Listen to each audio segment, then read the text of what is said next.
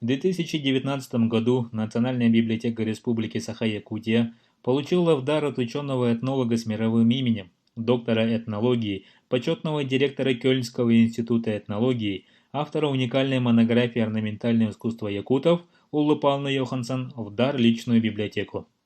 Чтобы осветить это значимое событие, 10 февраля 2020 года в стенах исторического здания Национальной библиотеки Республики Саха-Якутия организована выставка-просмотр дарственной коллекции Уллы Павловны Йоханссон.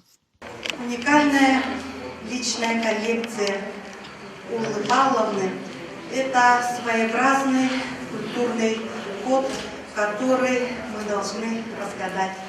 Но разгадать будет очень сложно, потому что это человек с интересной судьбой, с мощным научным наследием. Это библиотека, которая составляет более 4000. Это целая история нескольких поколений семьи Йоханссон. Начинается с отца Уллы Павловны, который был профессором Гамбургского университета, и дяди, который работал профессором в Томском университете в России. И именно дядя познакомил Уллу Павловну с историей Сибири, и она влюбилась, можно сказать, в этот неизвестный край и посвятила свою жизнь как раз изучению истории и культуры народов Сибири.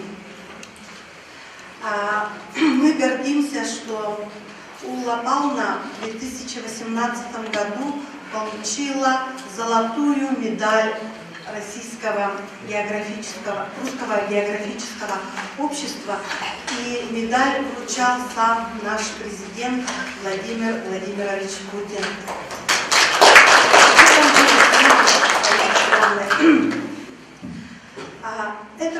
Эту презентацию мы приурочили к юбилею нашей Аизы Петровны Решетниковой.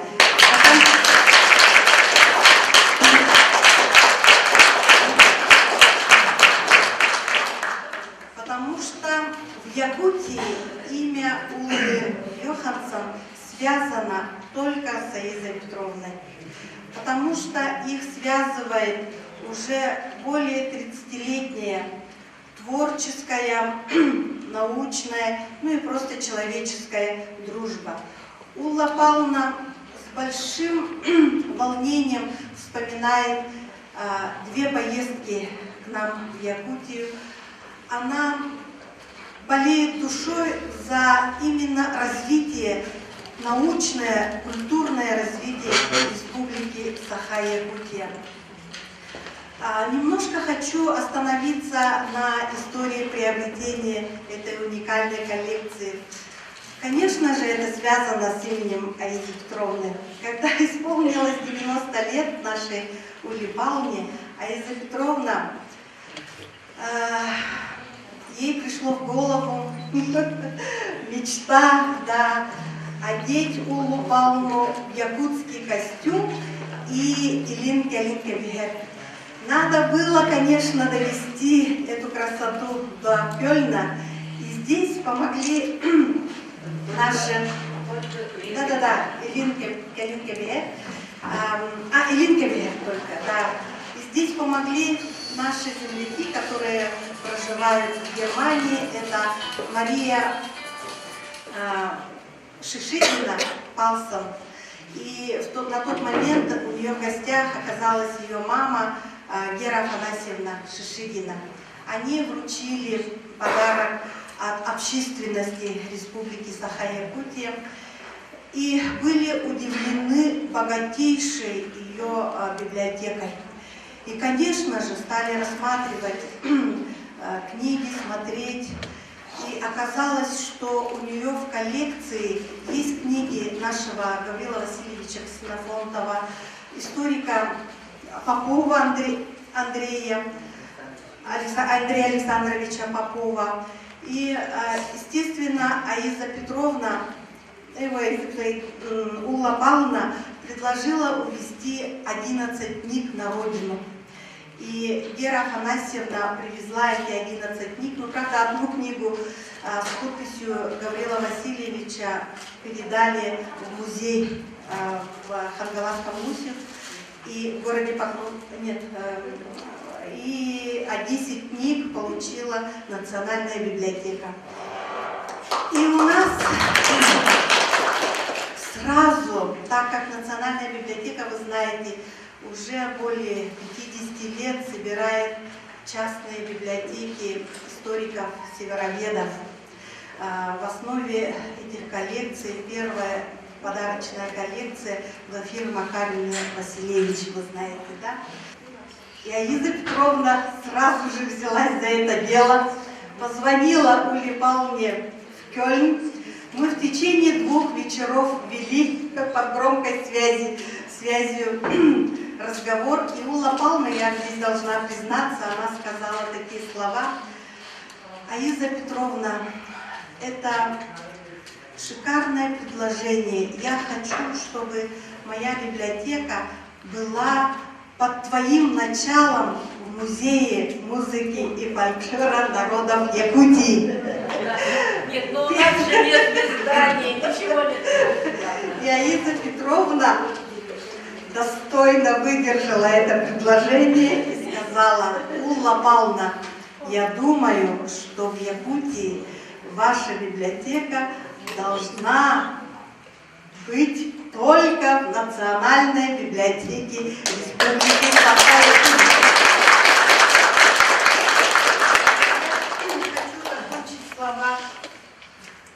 Хочу закончить свое выступление словами Уллы Павловны, которые она написала в дарственном письме Национальной библиотеки Республики Саха-Якутия.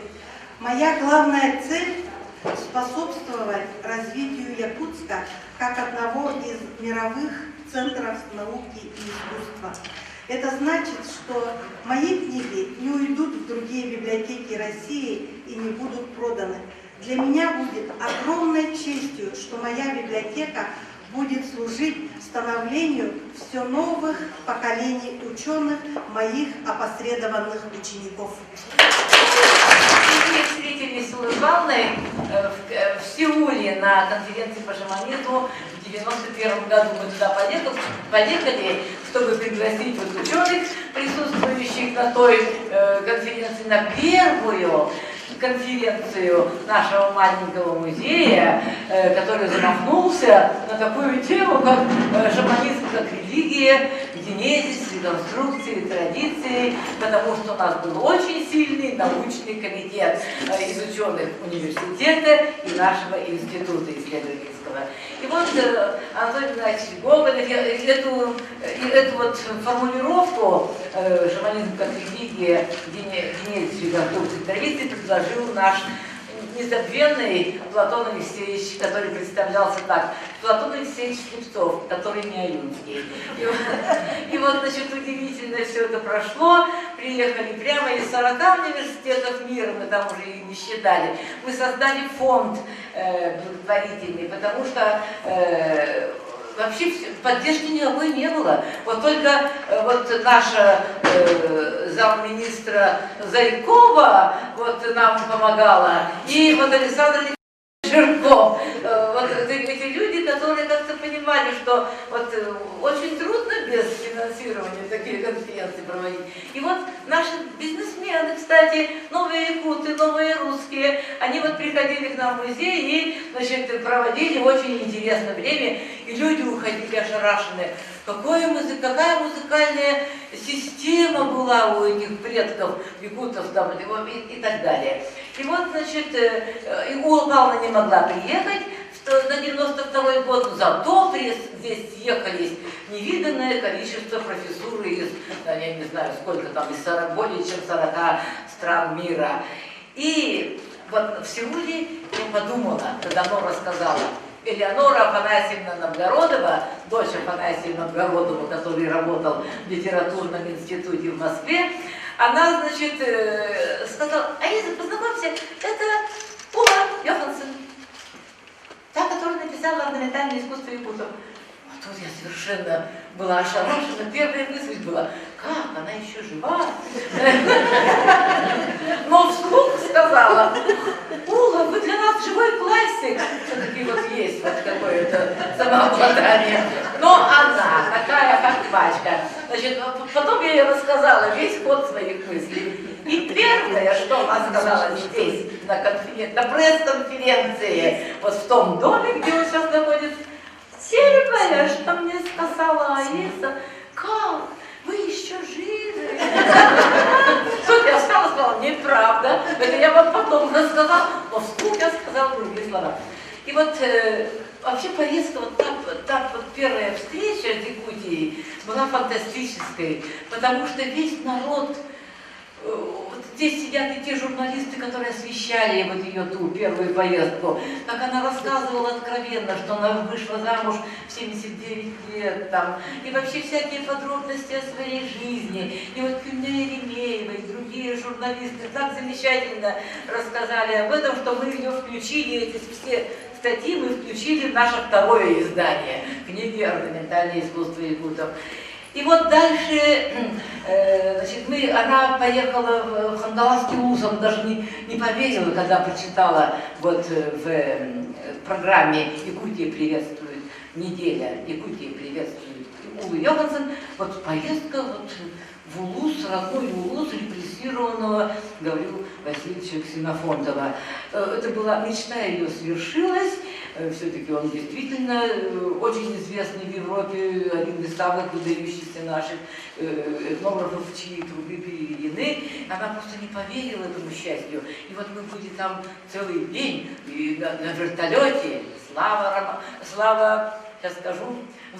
Слава Владимиру Романовичу Кышкину, который так встречал ее, до этого встречались в Ганновере, которой она приехала специально на концерт наш с Альбиной Борисовой. И, значит, она, и там состоялся первый разговор, она привезла такие таблицы, которые опубликованы в книге. Она сама лично рисовала эти таблицы сравнительные, вот вариации одного орнамента, другого. И вот она привезла все это, и мы начали при нем разговаривать, и он очень подключился к этому проекту. И действительно, вот один из тиражей вот вышел 500 экземпляров с его помощью. И все помогали, в принципе, да, но кроме Министерства культуры, ладно. Ну вот, свои трудности, у каждого свои звоночки. И вот, значит, и потом в Венгрии, еще очень хорошее дело мы сделали, когда на вступительные взносы иностранных товарищей мы собрали взнос по $200, да, и такой фонд благотворительный создали. Наши ученые почему не ездили на зарубежные конференции? Потому что не было вступительного взноса $200. Откуда нам вообще эти деньги не видели в глаза, что называется? И вот мы стали раздавать ученым, и вот в течение лет 4 мы раздавали их, чтобы наши ученые принимали участие в международных конференциях. То есть вся эта конференция какая-то, она, вот шаманизм 92 года очень много дало. Вот, а вот Тайгон Ким, который вот был нашим хозяином в Сеуле, он приехал с бизнесменами корейскими. Я должна была водить в дома правительства, ну, в общем, и другие тоже. И вот они, и при нас вот возникла мысль о создании здесь сахакорейской школы.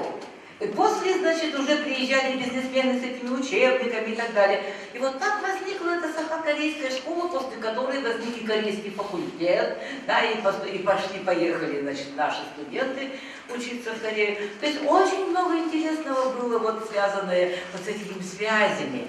Ну, а мы, конечно же, с Улой Павловной стали мечтать о конференции, мы стали мечтать об издании вот орнаментального искусства якутов на русском языке. И, конечно же, наш замечательный немецкий факультет нам подарил Светлану Иннокентьевну Петрову, которая перевела эту книгу. И в дальнейшем потребовалась, конечно, редактура. Вот. И Лена Сергеевна Новик профессор РГГУ посоветовала нам обратиться к Марии Ахметовой. Она и этнограф, она и знает язык, так что даже думает, видимо, жила в Германии. И вот то, что вы сейчас имеете на руках, вот это то стилистически выверенное. Вот каждый ученый, конечно, так пишет, чтобы, ну, как-то, ну, перед коллегами надо выглядеть всегда очень интересным, во всяком случае. И вот, значит, этот блеск приобрела наше издание, приобрело этот блеск. И, то есть, вот дальше все как в сказке. И вот эта вот неделя, когда мы готовили фольклорный концерт, где говорили о параллелях между якутским фольклором и германо-скандинавским эпосом. Там у нас полет валькирии, значит, и тут же у нас, значит, девы-богатырки, которые летают на бубнах. То есть это удивительно было все вспоминать об этом. И вот она приехала во второй раз, в 2012 году, вот, чтобы продолжить эту сказку, на второй тираж приехала. И вот тут с ее стороны поступило следующее предложение. В декабре раздался звонок. Я, конечно, очень... Ну, у меня отвратительный телефон, ну, и тогда еще такой телефон был. И, значит, она там кричит мне в трубку: Алиса, мы с мужем решили внести крупный вклад в... Да, что? Давайте академия Раустаушдиес, потом уже выяснилось, чтобы только для молодых ученых Якутии, которые изучают вот культуру и языки народов Якутии, была стипендиум Ула Йоханссон вот в этом дат. Чтобы даже после моей смерти, значит, вот это продолжалось. Вот, и с тех пор действительно, с 2013 года ежегодно вот наши молодые ученые, сначала ниже кандидатов наук, сейчас уже и магистры едут туда, значит, вот. И они едут в любые избранные ими институты Германии на стажировки, и вот ежегодно 9000 евро хватает на полгода проживания и, значит, вот, в Германии, и еще 2 месяца дается тоже бесплатно за счет этих средств для обучения немецкому языку. Я вам всем желаю, значит, не стесняться, обращаться в зарубежный отдел нашего Северо-Восточного федерального университета, чтобы ознакомиться с условиями стажировки и побывать на них. Вот, и, значит, конечно же, вот эти 2 бессмертных поступка Улы, просто слов нет высказать свои восторги, и вообще, вот любовь человека к предмету своего исследования вот проявилась вот таким образом любовью к народу его и желанием участвовать, так сказать, вот в его развитии. И потом она, значит, вдруг она вот заявила о том, что я хочу передать твоему музею твою библиотеку. Я говорю: у нас не здание, у нас ничего нет, и хранилище тем более. Единственное место с остальной комнатой есть только в Национальной библиотеке нашей республики. И побежала все за Ангелиной Васильевной, и начали потом уже переговариваться с ней. И вот наконец свершилось. Господи, и специально даже вот железную дорогу подвели. И вот все это, 72 ящика прибыло. И вот все мы собрались в этом зале. Это невероятное стечение всех обстоятельств. И сегодня здесь сидят все те, которые участвовали во всех этих акциях вокруг творчества Улы Йоханссон. И вот я очень рада вас всех приветствовать недаром в зале имени Крафта. Вот, у нас была еще выставка при ней, ученые Германии о Якутии, нет, немецкие ученые о Якутии. И вот, значит, и пели дети саха-немецкой школы осокой на немецком языке, таюки на немецком языке, вот в этом зале, и она была совершенно потрясающей. Мы следим за путешествием этой коллекции уже достаточно давно, с тех пор, когда Алиса Петровна озвучила об этом сообщении Ула Йоханссон. Мы уже успели у нее музее в октябре, по-моему, да, в октябре месяце провести первую презентацию, где Раиса Петровна и сообщила, что эта коллекция передается в нашу национальную библиотеку, ибо действительно библиотека – это настоящее хранилище, в котором и достойно должно находиться вот эта библиотека Уллы Йоханссон. Музей Раисы Петровны, она могла как-то оформить временную аренду, потом, когда у него будет свое здание, вот, да, забрать обратно вот свою изначальную собственность и разместить его там. Но она поступила очень патриотично, очень мудро и грамотно, и, в общем-то, библиотека Уллы Христиан Йоханссон, она вот нашла, видимо, свое такое вечное пристанище. Это знаковое, это крупное событие. Вообще, наша библиотека, Национальная библиотека, становится одним из таких известных хранилищ книжного фонда нашей страны. Здесь хранятся уже известные коллекции, которые имеют известность не только в Российской Федерации, но и за его пределами. И здесь знаменитая коллекция Глафиры Макарьевны Васильевич, посвященная прежде всего изучению. Она выдающийся историк, этнограф. Вот, она всю жизнь изучала историю, этнологию коренных народов, прежде всего тунгусо-манчжурских. Вот это вот громадная такая большая коллекция. Чумер Иванович Таксами оставил тоже очень памятную коллекцию, тоже в дар нашей библиотеки. Клара Новикова, вот, ну и так далее, и так далее. И как бы создается впечатление, что в нашей библиотеке в основном труды тех, кто изучал коренные малочисленные народы Севера. Но это, в общем-то, не так. Здесь находятся достаточно обширные коллекции, охватывающие многие народы, в том числе и народы Якутии. В целом, также и другие народы нашей страны. И вот подтверждение этого коллекция Уллы Йоханссон. Это 4000 томов. Когда сказали, что груз подходит, первая моя мысль была, как эти бедные библиотекари наши весь этот груз там где-то встретят зимой, большие морозы.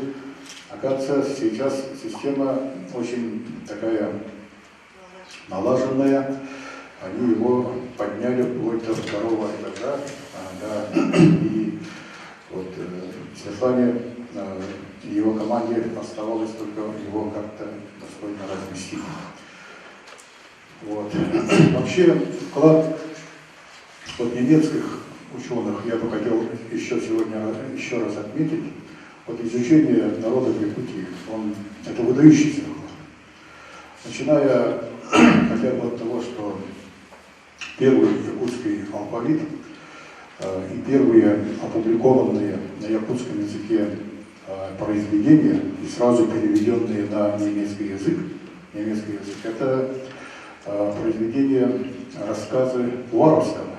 Это середина 19 века, 1847-52 годы, на основе которого тоже немецкий по происхождению ученый Отто Бютлин составил алфавит и классическую книгу языка якутов, который до сих пор считается таким непревзойденным, крупным вкладом в изучение тюркологии, мировой тюркологии. Вот. что, Миллер, Гемелин, Страженберг и так далее, эти фамилии, Разлов, любые вот из этих исследований, они так или иначе касались и истории нашего народа, его происхождения и так далее. Я бы хотел еще отметить такой момент. В 1954 году была издана эта книга. Это более 60 лет тому назад. И тогда уже Уlla Йоханссон отметила, что в орнаментальном искусстве Якутии сильно заметное вкрапление другой культуры. Вот. Влияние уже есть. Вот прежде всего русского орнаментального искусства. Вот это уже в тех изделиях, которые он уже заметил в музеях Германии, это он брал в основном документы, материалы, которые попали в Германию где-то до военных период. Это конец 19-го, начало 20 веков. И уже тогда, 2 столетия практически, чуть меньше назад, уже тогда она отметила взглядом исследователя, что уже заметно вот это влияние. Вот на каком сейчас уровне вот этого взаимовлияния находится якутское орнаментальное искусство, можно судить по тем тоже замечаниям, которые она сделала, когда видела вот эти орнаменты 50 лет назад. И вот когда последний раз, когда она знакомилась уже с дарственными чаронами, она не перестает делать эти замечания. Это очень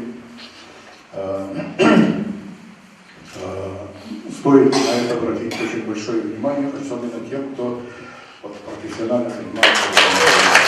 Действительно, сегодня присутствие говорившего слова на эпохальном событии.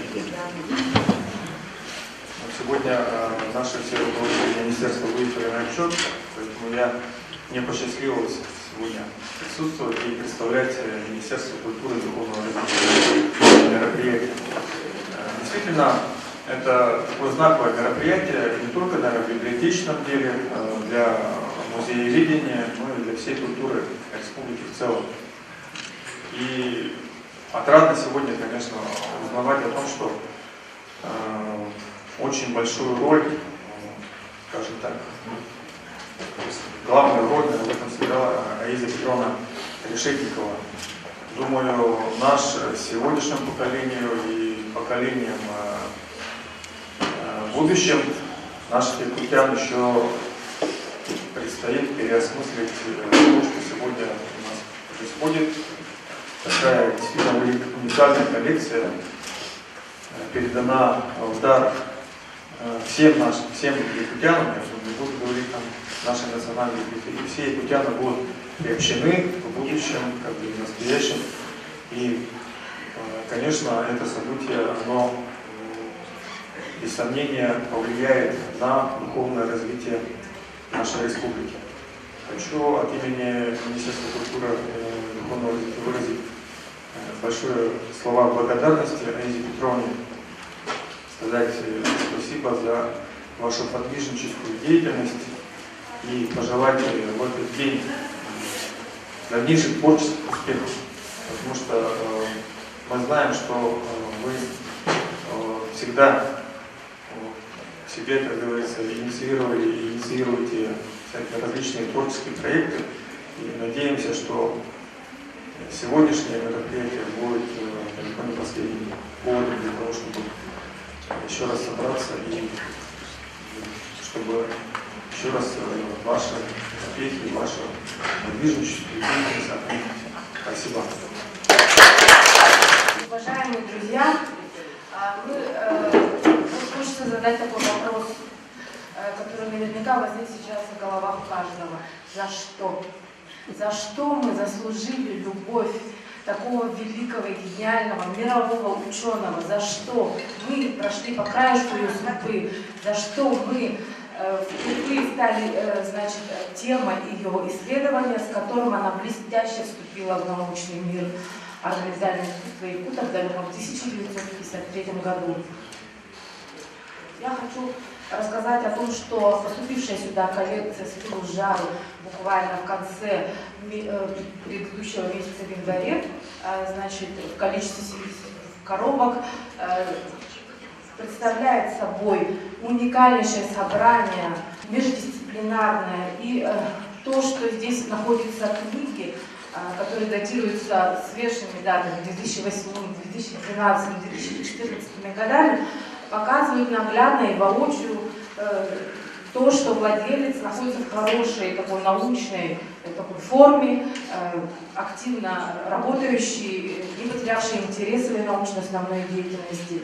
И, конечно же, коллекция сама представлена в количестве 440 книг, 147 журналов. И представлены здесь самые разные языки: немецкий, тюркский, английский язык и многие другие, поскольку Ула выросла вообще в полиэтническом языковом пространстве с детства. С родителями она говорила на немецком языке, с дедушкой, с бабушкой она говорила на датском языке, значит, со своими знакомыми в Эстонии она говорила на эстонском языке.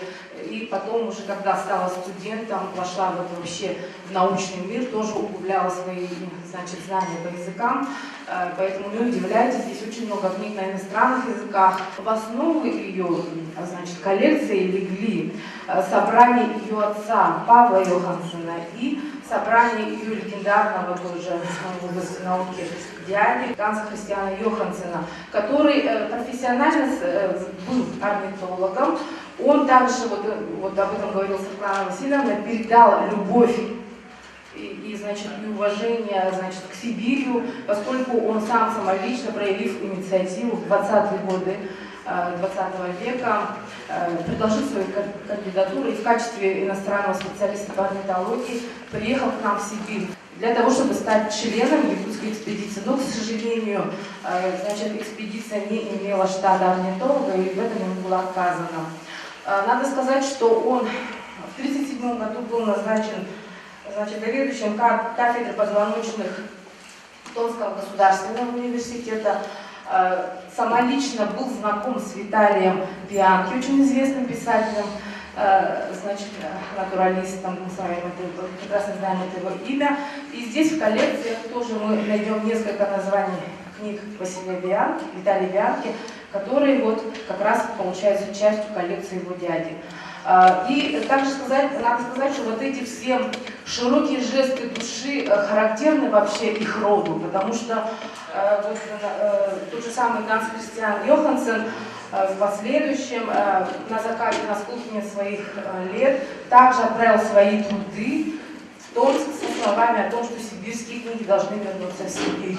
И также он, как душа, совсем не обремененная, значит, заботами о всевозможных материальных благах, он свой личный участок, дом передал Копенгагенскому университету, и сейчас там находится биологическая станция.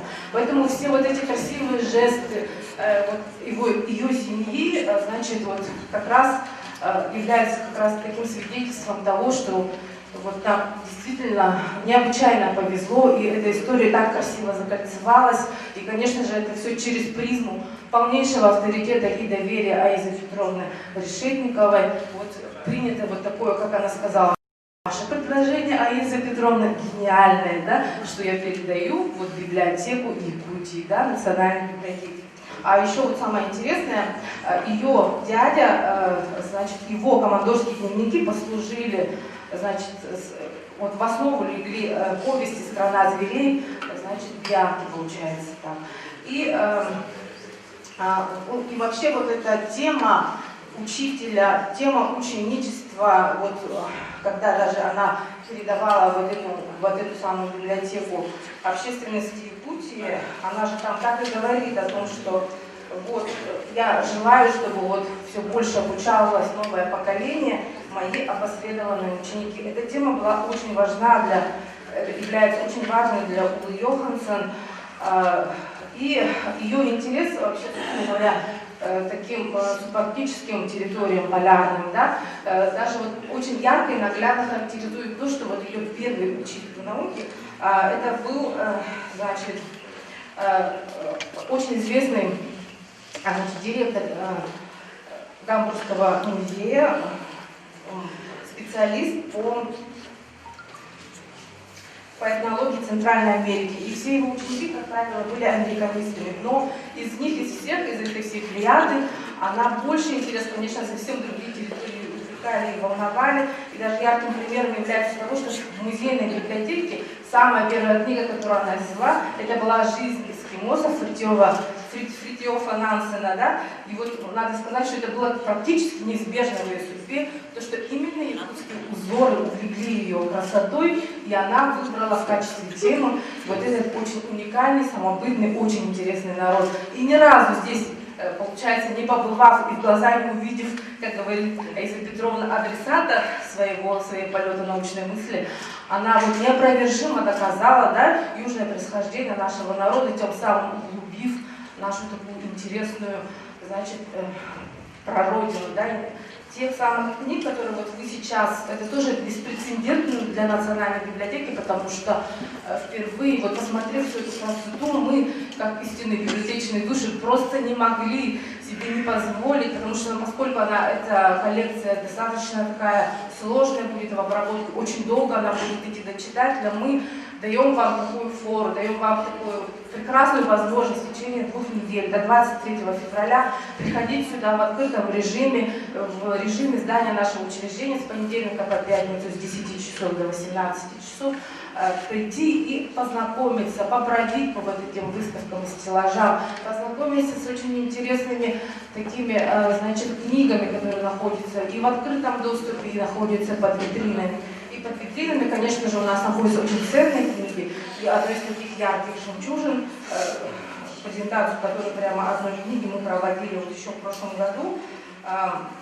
Это, конечно же, книга Страленберга 1730 года «Северная и восточная часть Европы и Азии».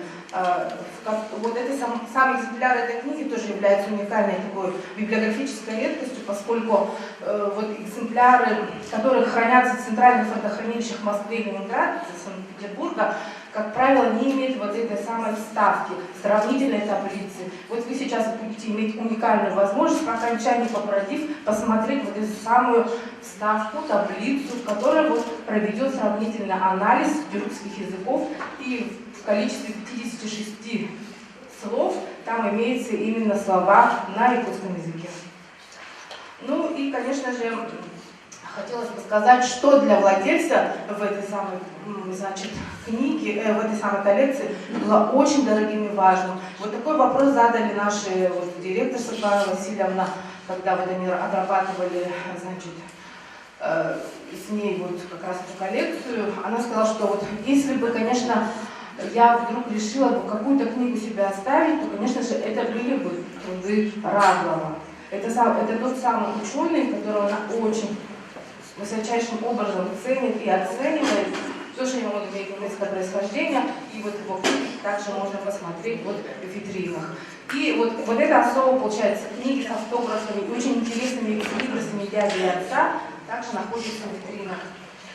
Значит, собраны также вот книги об истории Якутии, написанные в конце 19-го, начале 20 века. Конечно же, это труды Серошевского, Мака, значит, кружковое собрание Ионова, Яхлисона.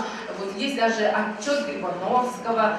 Кстати, вот когда у нее была написана работа, в одном из отзывов вот, оппонент сделал замечание о том, что вот с этим трудом она, к сожалению, не знакома. И вот как мы с вами сейчас уже видим, постфактум, да, что ученая все-таки восполнила этот пробел и взяла этот источник и его изучила. И, конечно же, книги Гаврила Васильевича Ксенофонтова 20-30-х годов и большое количество книг 50-х, 60-х годов от тюркских, славянских, прибалтийских, скандинавских народов. И просто поражает изобилие, большое количество лингвистических книг и словарей тюркских народов. И надо сказать, что эти все книги, чувствуется, что отношение к ним у ученого было просто материнским, потому что совсем практически нет книг в ветхом состоянии, в каком-то запущенном, да. Очень многие книги, которые имели обложечный тип переплета, любовно ею под заказ сделан такой твердый переплет. Ну, в общем, в очень хорошем таком достаточно физическом состоянии эти книги. И просто вот чувствуется, что на самом деле она подарила просто всю свою душу нам, понимаете? И представьте себе, как она почувствовала, что осталась в 4 стенах.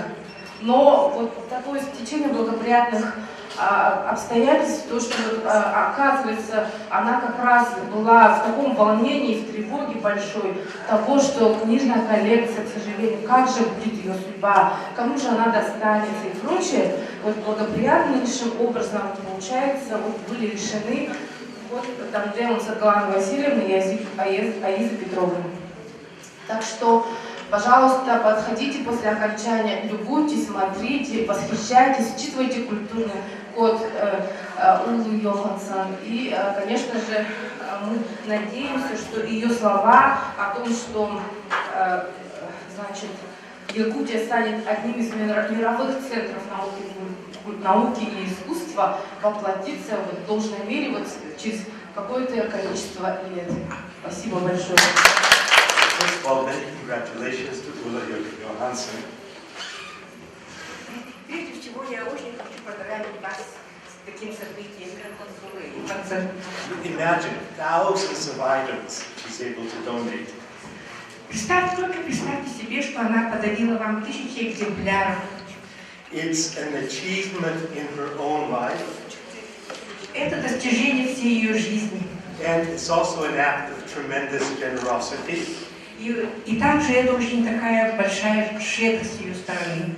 And the National Library of the Sakha Republic Yakutia thanks her and honors her today. И Национальная библиотека Республики Саха благодарит и чествует ее. The library honors her and thanks her with much love and much gratitude. Национальная библиотека благодарит ее с большой любовью и с огромной благодарностью.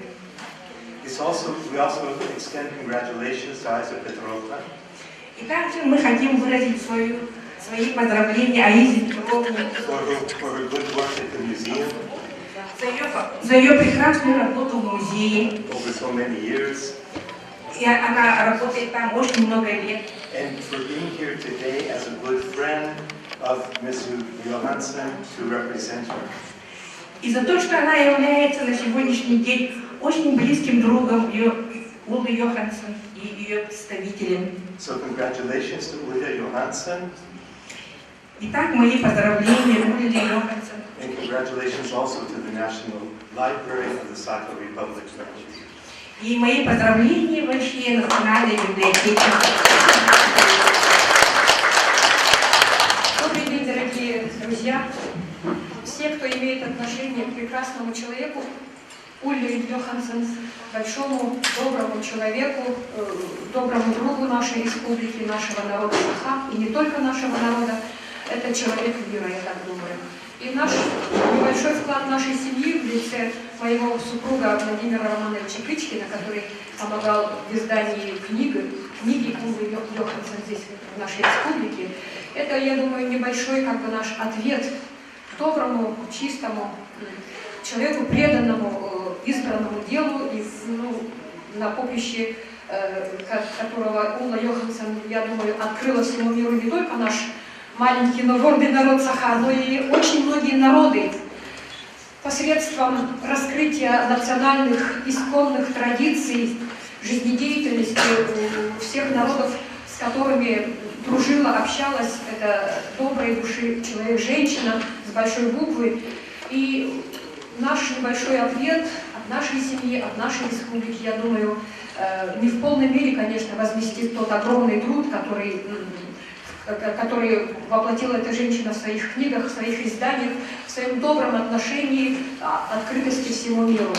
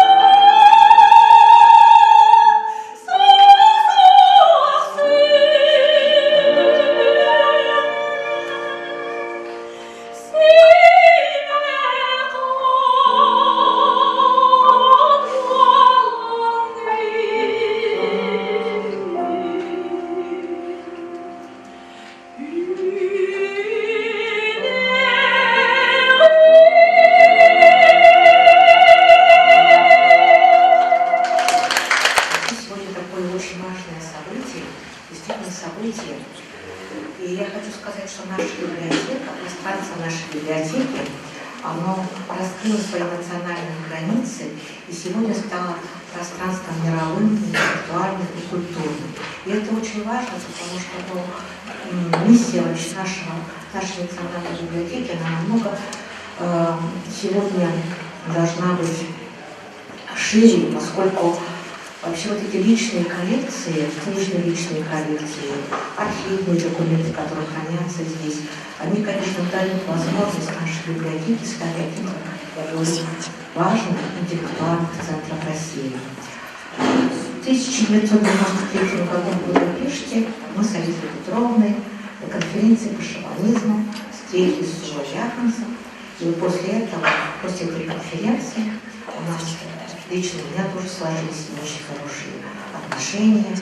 Все, что пишет Алла Павловна, очень близко по духу мне. Не только я сейчас говорю о ее научных работах, о ее интеллигентности, о ее научном мировоззрении, о ее вообще о человеке как о личности. Есть такое понятие в науке, как биография среды. И вот удивительно, что эта биография среды и символично, наверное, соединила Уллу Павловну Яхансен и нашу удивительную Алису Петровну Решетникову. Это должно было случиться, потому что это два человека, которые в своей жизни, самое главное, видят в подвижничестве.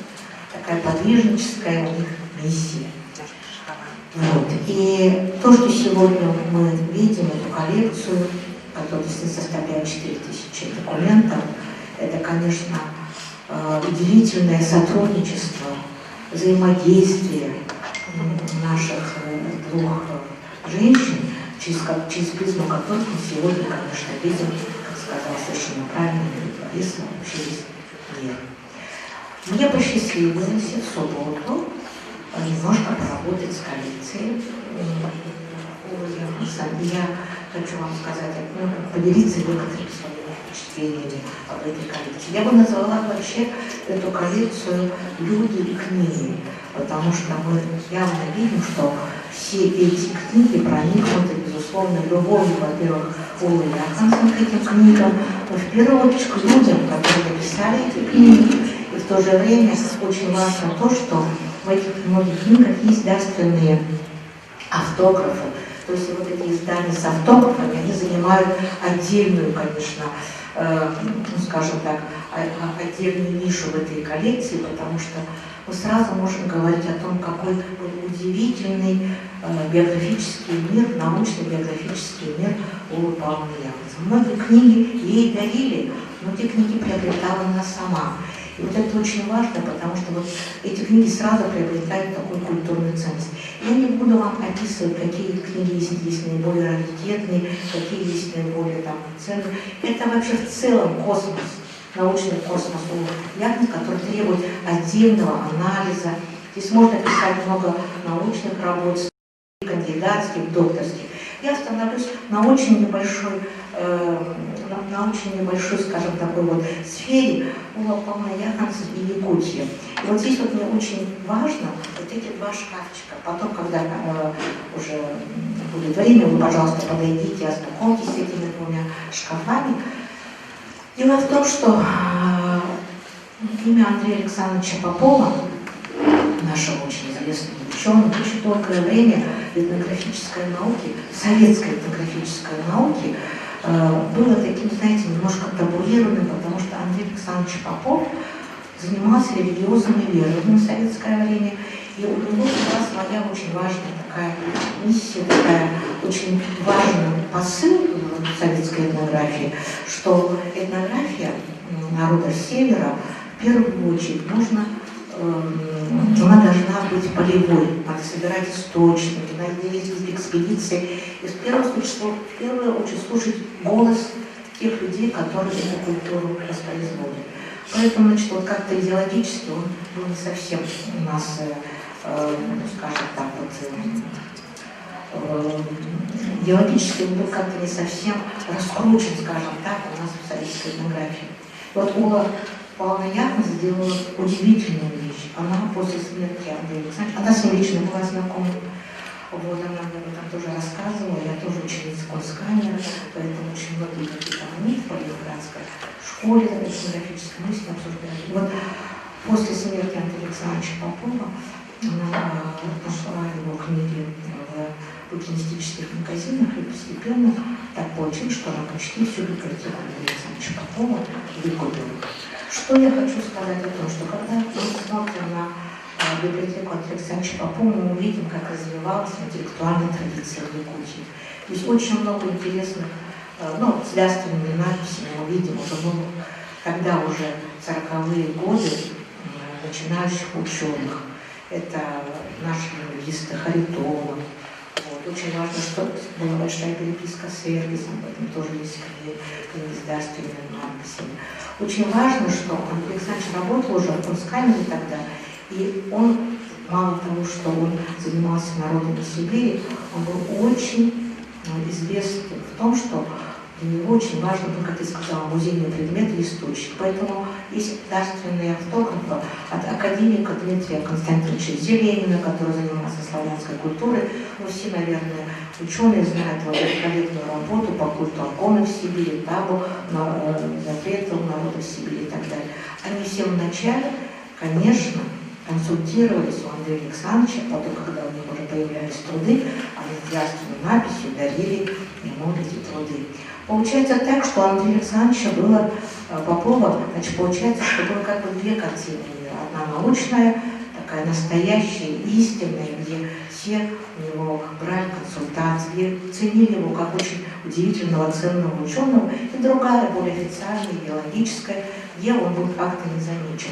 Вот Ула Павловна Ягин, собрав эту библиотеку, показывает нам вот эту историю удивительную, как Андрея Александровича Попова уважали действительно в его этнографическом отряде, скажем, ученых, и как это, к сожалению, поливалось, конечно, идеологически. Вот видите, маленький штрих, а это люди и книги.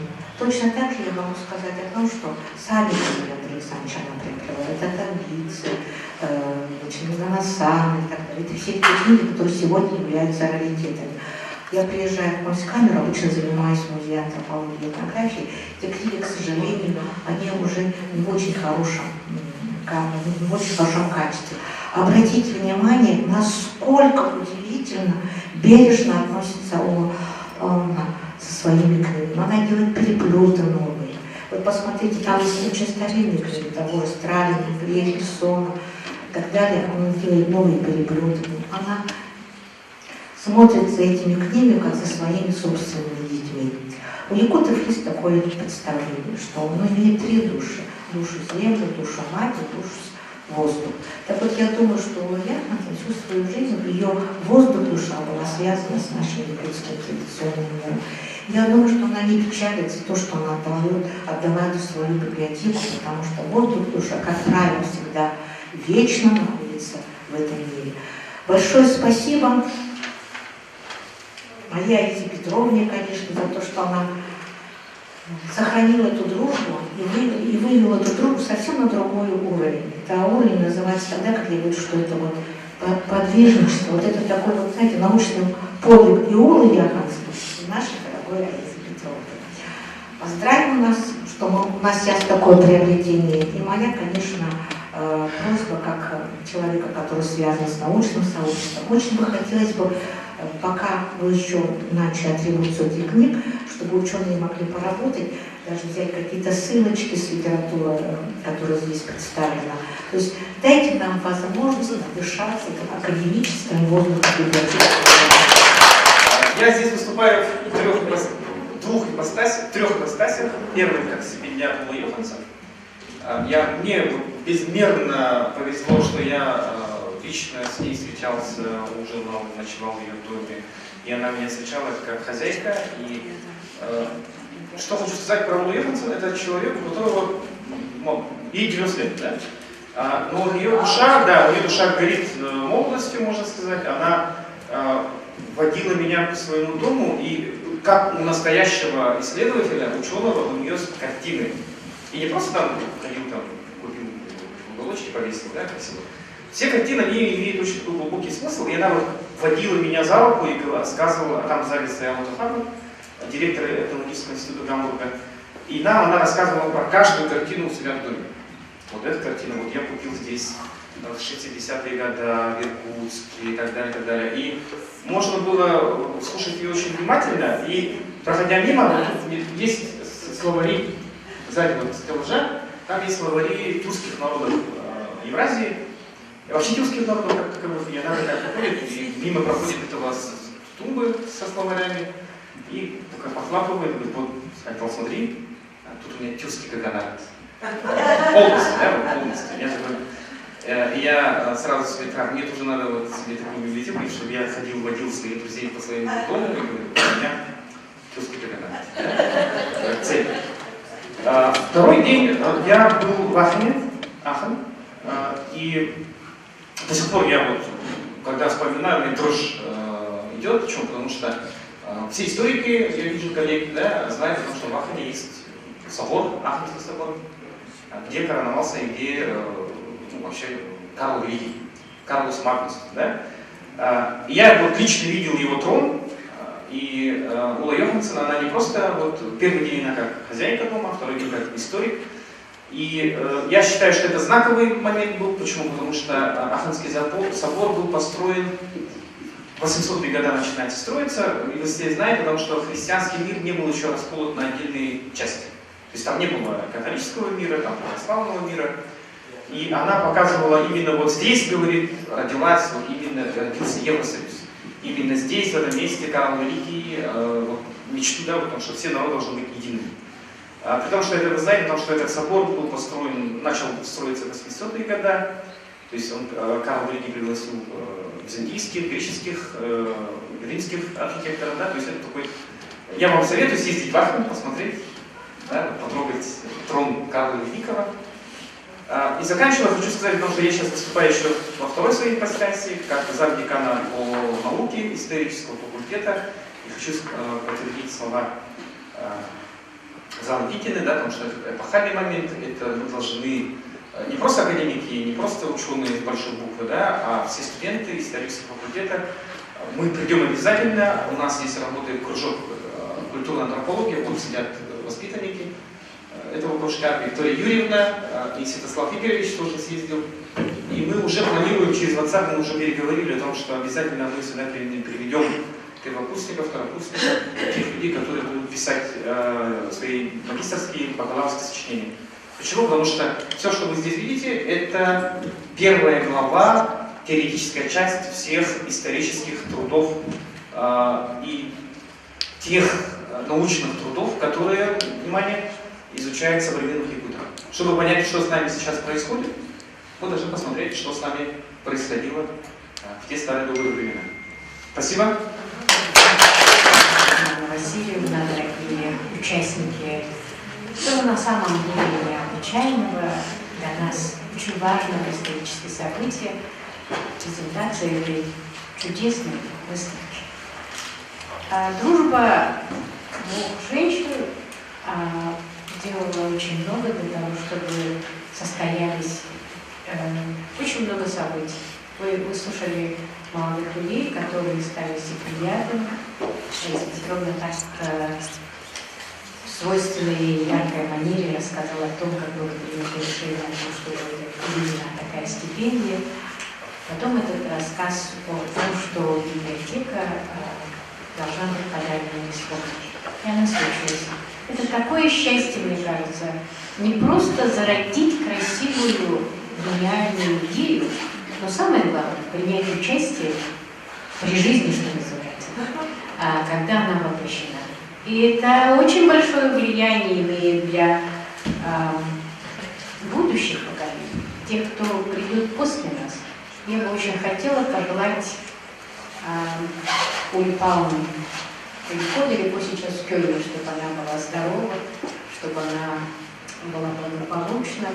А цветы и чувство любви и уважения в день, когда приближаются ангелы. Пожелай нашей любимой Алисе Петровне. Спасибо.